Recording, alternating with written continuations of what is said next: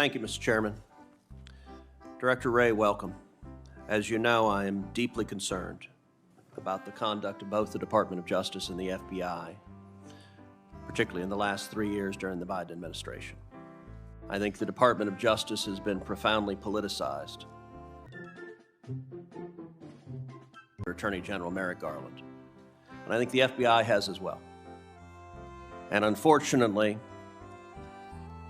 I think you've been unwilling to stand up to senior career officials in the FBI who's allowed the FBI to be politicized. I'll tell you, I regularly speak with FBI agents across the country who are unhappy about the integrity of the institution being weakened because DOJ is being treated as a political weapon. I want to talk in particular about the investigation into multiple allegations of corruption concerning Hunter Biden and Joe Biden.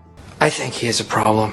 Because the Department of Justice has, I think from the outset, tried at every step to stop investigation into corruption from Joe Biden. And what is that word? As you're aware, a WhatsApp text message was sent to Henry Zhao, a senior Chinese communist, from Hunter Biden that reads as follows. I'm sitting here with my father, and we would like to understand why the commitment made has not been fulfilled. Tell the director that I would like to resolve this now before it gets out of hand.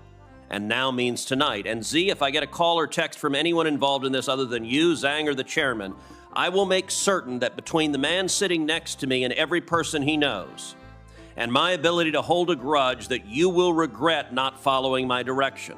Come on, man. I am sitting here waiting for the call with my father. Now, Democrats and those in the media trying to defend the White House repeatedly say there is no direct evidence of Joe Biden's involvement in his son's corruption. Well, this is a text that is direct evidence that is stating that it is his father that is going to retaliate.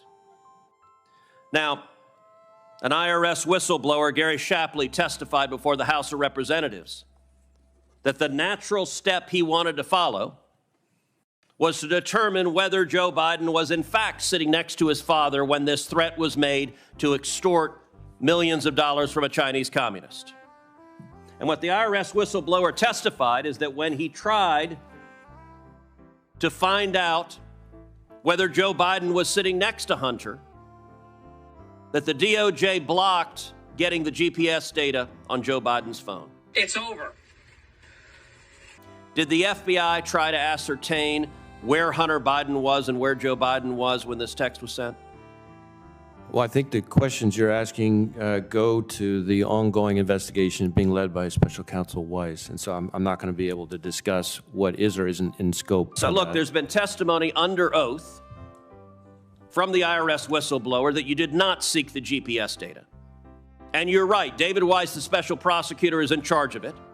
And it is David Weiss and his underlings who, according to the IRS whistleblowers, have alleged that they're the ones trying to stop the investigation. They allowed the statute of limitations to run on many of the most serious violations.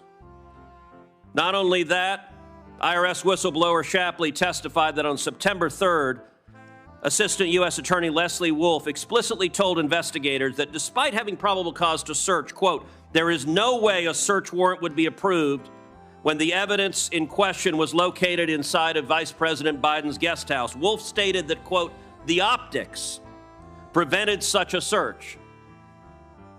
You'd think so, but no. Is the FBI, do they make a routine practice of allowing partisan political optics to prevent investigating serious evidence of corruption? My instructions to our people on this and on every other investigation are that we are to follow the facts wherever they lead, no matter who likes it, no matter what political influence then why did you get the there. GPS data on where Hunter Biden and Joe Biden were? Again, Senator, with respect, I can't discuss but it's an not ongoing with respect. investigation. And Director Wray, you and I have gone round and round on this because I understand anytime you're asked about this, the answer is it's an ongoing investigation. Of course, the investigation isn't ongoing. You're not doing the work. You got whistleblowers pointing out that you're not doing the work, and you are hiding behind the skirts of the Attorney General. Look, the whistleblower also testified that the Attorney General, when he came before Congress, go to the next chart, came before Congress, lied under oath to this committee.